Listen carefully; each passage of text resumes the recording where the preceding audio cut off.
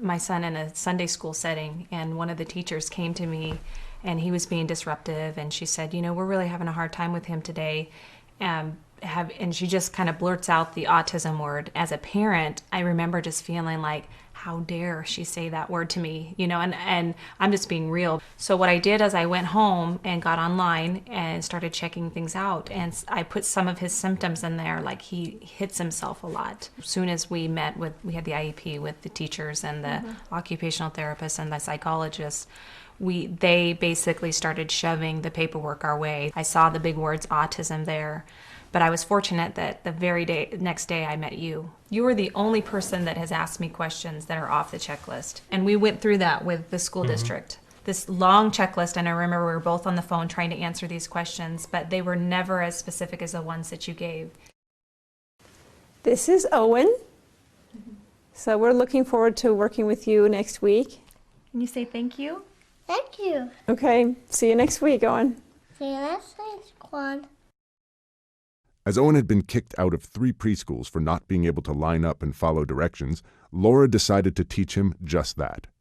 He was never going to be able to function in a classroom if he could not follow simple commands and rules.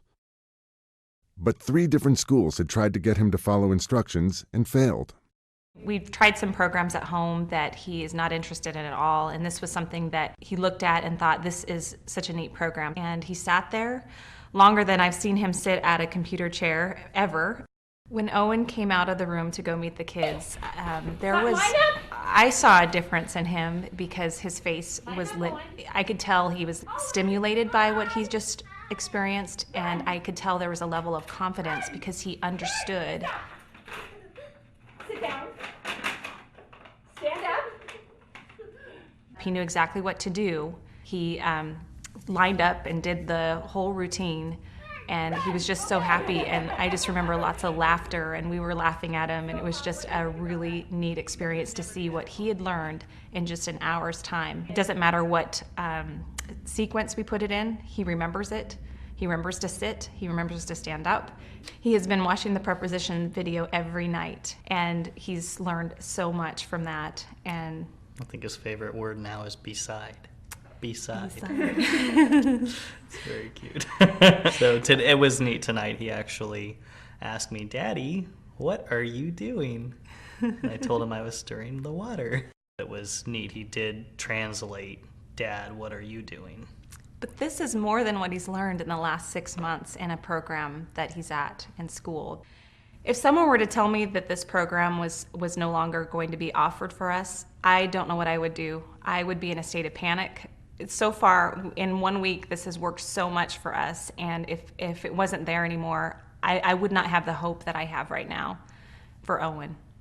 Welcoming a child into this world can be a moment filled with joy, and it was for Rebecca Starr as she gave birth to her son, Owen. But it was 3 years later when doctors diagnosed Owen with autism that Rebecca's world came crashing down. And when I heard that word, I honestly felt like there was a death sentence over my son. Faced with a monumental challenge to get Owen to learn at the pace of his peers, Rebecca eventually turned to Laura Kasbar and Gemini. She was at my house that day, and she spent the whole day with us and just gave me so much insight and so much hope for my son in one day.